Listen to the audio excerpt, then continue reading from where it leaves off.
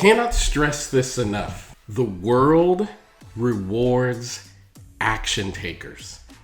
And this week, we're going to talk about a topic that is connected to that. And it's very, very important. You guys have heard me say this tons of times. I've spent over 20 years practicing psychotherapy, still doing it. And one of the things that often brings people into therapy, one of the things that causes people significant harm while in life and makes therapy even difficult, is this feeling of feeling stuck. So I was thinking, like, how do I inspire people to go beyond being stuck? And I landed on, let's talk about how to start a new chapter in life. Let's talk about how to end one chapter of your life and begin a new chapter of your life. And let's talk about how to be bold and create change. Because once you do that, then you are activating the very best version of you and making yourself available to have huge rewards. And this is a really, really important lesson. So I'm excited to talk about it. So welcome back to the aha moments, where every day I share the lessons I've learned in my work as a psychotherapist and in my life to inspire you to live your very best life. Of course, I'm your host, Elliott Connie. And before I say anything else, I want to say, I get it. There's oftentimes a fear that is associated with change. Even if that change can be viewed as a positive change, there's still a fear. What if it doesn't work? What if I do it and I don't like it? What if I end up in a situation that's worse than the current situation I'm in? There's so many what ifs that people find themselves doing that we end up what ifing ourselves into stuckness. We end up what ifing ourselves into a position where it's like, I can't do anything or move beyond this space. We end up what ifing ourselves into a problem. But I get it. I absolutely get it. One of the things about human beings is human beings are actually not a creature in pursuit of happiness or joy or wealth or any of those things that you would associate as positive. Human beings are actually a creature in pursuit of comfort. And you have to understand that and the role that plays in your mental health. Because we view comfort as safe. People want to be safe. It's literally like a genetic code for us. We want to feel safe constantly. And inherently, change is a risk to comfort. This also means that if I'm in a situation that is toxic or unhealthy or not right for me, if it is comfortable, I will often choose to stay. I mean, not literally me, but humans will often choose to stay in that scenario rather than take the risk of creating change. So we have to just acknowledge that and be aware of that. Because once you do, then you realize probably the most important lesson in the world.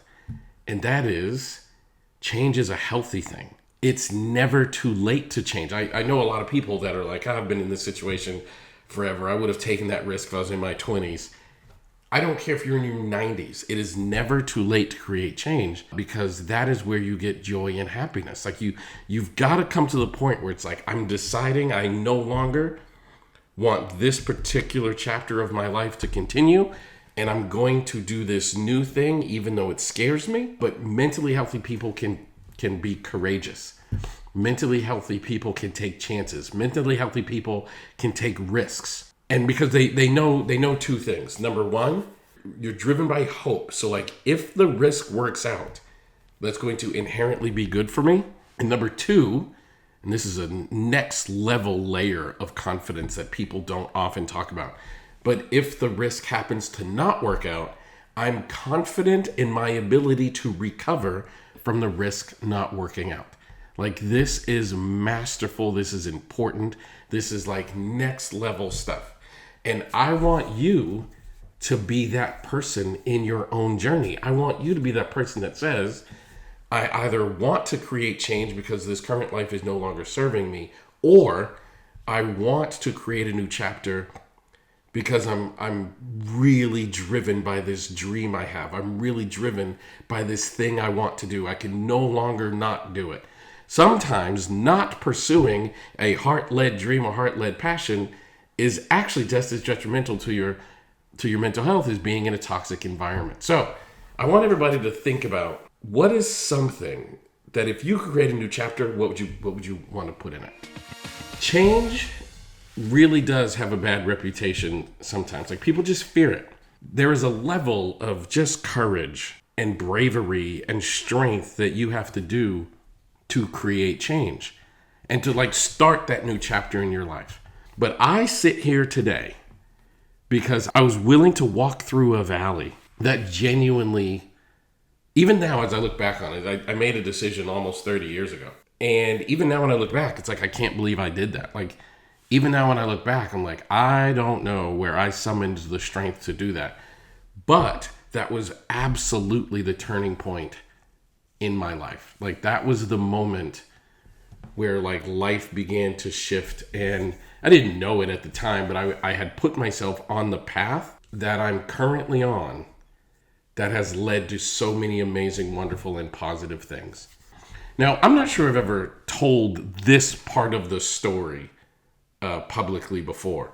Now, most of you, if you've been following me, you've been listening to this podcast, we're now on episode, 932, give or take. But we've done a lot of these. And if you've been following me throughout this journey, then you know there was a lot of abuse in my household where I grew up. My father was a very angry, aggressive guy, and it really impacted me growing up. I was fearful, I was anxious, I was just not in a good place mentally. But I loved my life, or certainly was just comfortable in that being my existence. I didn't know any different. My very best friend lived across the street. To this day, I love him and his family. Like, they were really important to me at different stages. I mean, they're really important to me throughout my life, but certain stages of that journey, there were times I literally don't know what I would have done without them. Life was kind of normal and everything was great. But then a couple of things happened. Number one, we got to like college age. And now that kind of forced this new chapter. Like, all of a sudden, all the people were spreading out. Everybody I grew up with and everybody I spent a lot of time around, they're all heading off to college, including Kyle. Kyle's going off to college. Number two, I started struggling with major depression and started having real thoughts about taking my life. So it was very, very tumultuous for me at that time. It was very much like I knew I needed to do something different. So even though I was comfortable in this particular space, I knew that I needed to do something different if I was going to survive and thrive and create a life that was worth living. Like, it was just inherently, I knew that. And I had the opportunity, through some other things going on in my family, to move to Texas. I just finished my freshman year in college. I knew nobody in Texas. Never in my life did I ever think about living in Texas. I visited Texas once.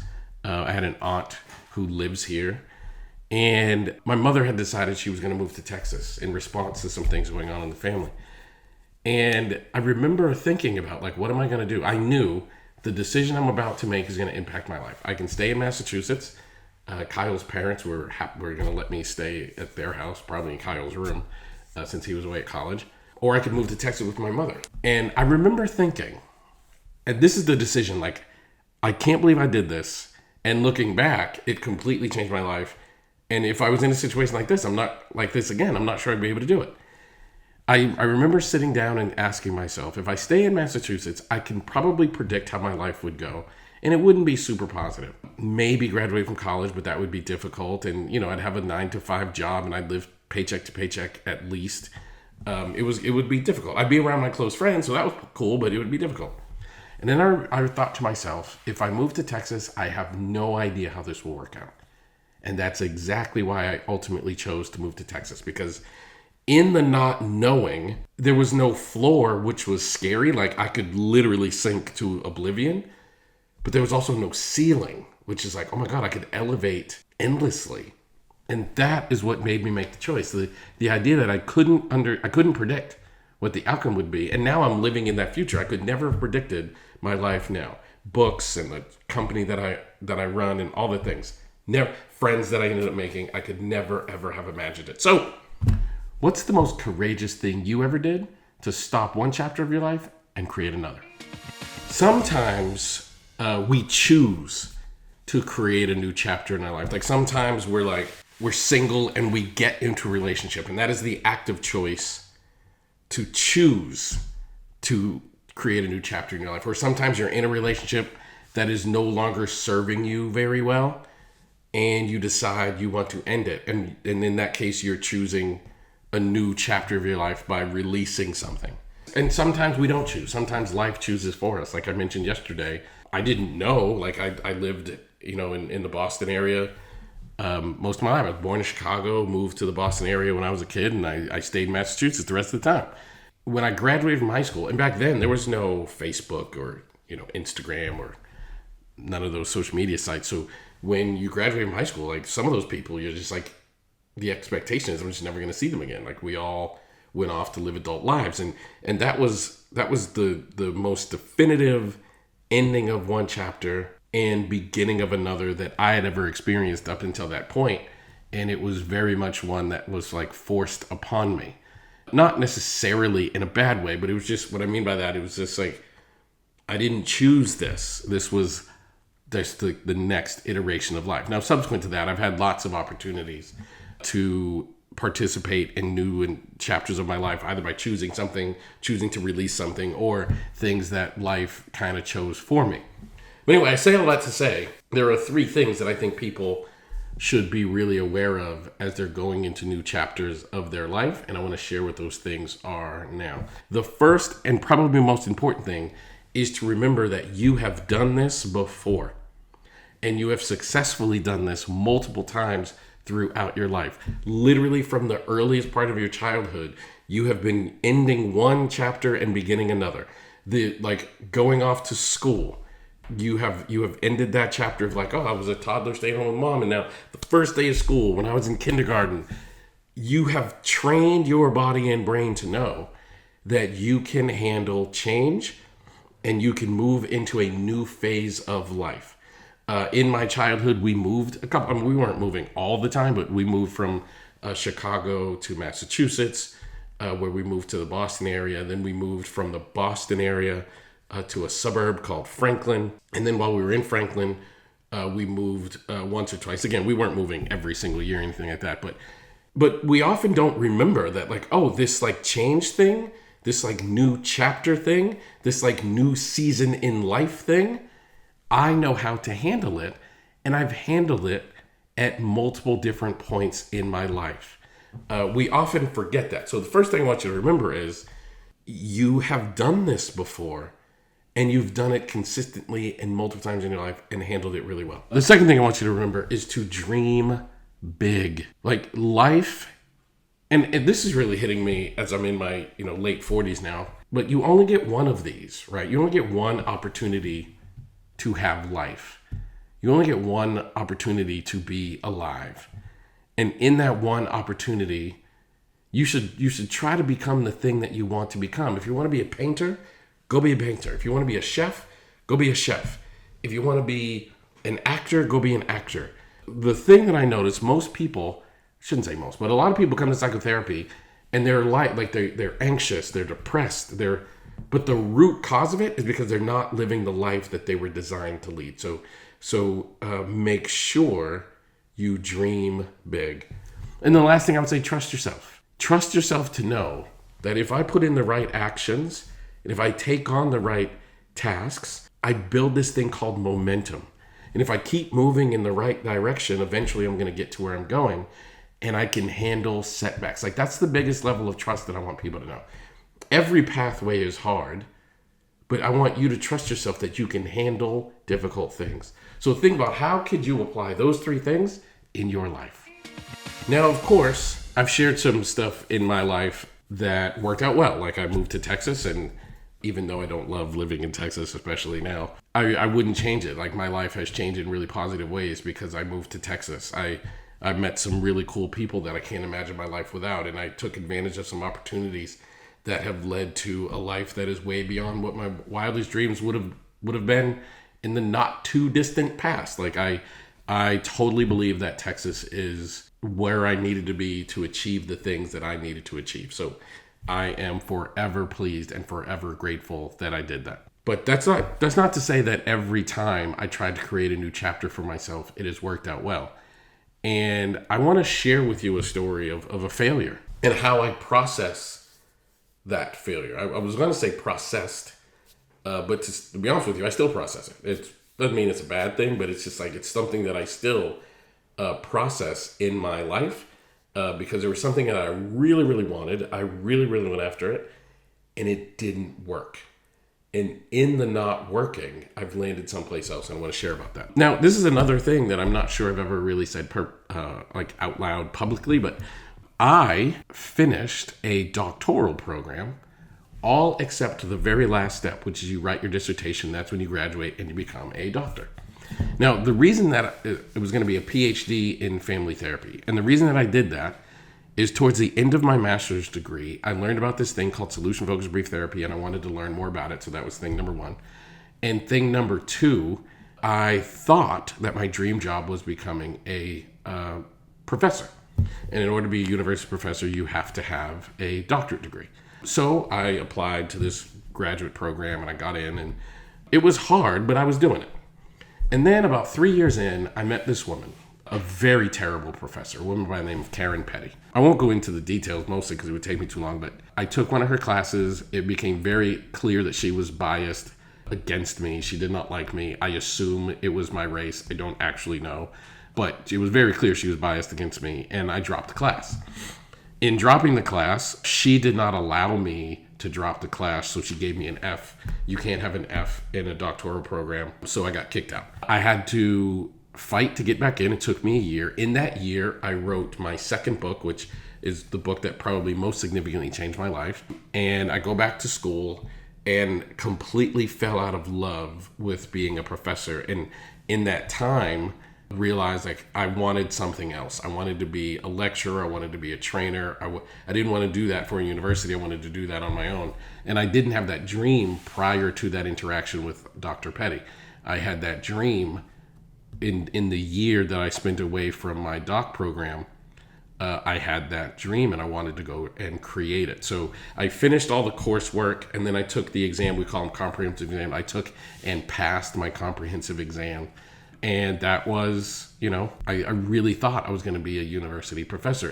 So anyway, I passed my comprehensive exams, and now it's time to write the dissertation. And by that time I was just on the road, too busy. I wrote my third book, and you only have 10 years to complete it. And before I knew it, I had timed out of like that 10-year window. I had timed out. And it was really hard for a while. And I would look on Facebook and I'd see some of my cohorts graduating and being doctors, and jealous is not the right word, but down that road I was a little jealous. And then COVID happened, and I realized I would be miserable if I were a university professor. In fact, I don't know any university professors that are happy. I was like, ooh, I'm so glad I dodged that bullet and I landed where I landed. Now I share that to say that sometimes the plan that you think will work won't work, and that's not the plan that you ultimately wanted anyway. There's a chance that I could be stuck in a university right now instead of running a multi-seven-figure business that I created. I've now published 6 books. Instead of working on 2 TV shows, I could be working on some campus dealing with the crazy admin that you have to deal with on those campuses. So I share that story to say, sometimes you try to create a new chapter in your life and it doesn't work out. But in the not working out, something else might have worked out. And I want you guys to focus on it. So think about what's something in your life that you wanted. You didn't get it, but what ultimately happened was even better than what you thought you actually wanted. So I was thinking about what's the one thing I want to leave you with? And I want to leave you with probably the most important message I can give you when it comes to accomplishing anything, in particular creating a new chapter in your life, creating a new season in your life, creating a new season that invites greatness and abundance and just really opens your life up in ways that maybe as you're sitting there right now, you can't even imagine. I want to tell you how you can become the greatest you and elevate to levels that you wouldn't have thought possible. I want to tell you probably the most important thing. There's a 2-word phrase that I think matters here more than anything else. These 2 words are the 2 most powerful things. When you have these 2 words and you live your life from the perspective of these 2 words, not only is anything possible, but anything becomes likely. Like, not only is anything possible, but your success becomes nearly, not totally, but nearly guaranteed. And I want you to know what those two words are. And the 2-word phrase that everyone has to know, master, and understand and apply in their life is keep going. Now, the reason why this is so important is because anything worth having will be difficult. There is no journey to greatness, success. There is no journey to abundance without obstacles. And those obstacles will seem like they're knocking you down. But the people who succeed are the people who refuse to quit. The only failure is in quitting. So if I could say one thing to everybody, keep going. I want you to pursue the thing in your life that is the biggest dream you've ever had. And it's okay to redream, by the way. Like, it's okay to say, I want to become a professional baseball player, or I want to become a professional dancer, or I want to become an artist. And then along the journey be like, well, you know what? I'd rather be a math teacher. Or, it's okay to redream, but it's not okay to settle. Like, keep going at all costs. Keep going. I saw an interview with a guy named Dave Portnoy. And Dave Portnoy, to be honest with you, he's a bit of an ass. I don't know if I would like him if I met him, but he built a large media brand called Barstool Sports. And he was doing an interview, and he said he didn't make a single anything for 10 years. He's like, 10 years. He was married. He was living in his wife's parents' home with his wife, like all the things that would seem embarrassing. It took him 10 years. And then in the 10th year, he made $1 million. So he was like, we were making nothing. And everybody was telling him he should quit. He should stop. You're a failure. You're a loser. Like, imagine being a grown adult living in your wife's parents' home because you can't afford anything else. But yet you started this business. And he said, in the 10th year, we made $1 million. And then the next 5 days, we turned that million into 5 million. And his point was, like, when you don't give up and you finally break through, then all of a sudden you can see things that you didn't see before. Just most people, they give up in what for him was the 10-year journey. They give up when the setbacks were mounting, and they give up when they continued, like maybe they would have cracked through. Like, if he had given up a 9.5 at point 9.5, right, at year 9.5, no one would have accused him of being lazy or not trying. 9.5 years is a long time, but it took that 10th year in order to figure it out. And I can't stress to you guys, like, every successful person I know, all of them had to endure hardship to get to the breakthrough that changed their lives. And not only changed their lives, but in many cases, changed the lives of their entire family. So when you are thinking of, like, this is too hard, I want to quit.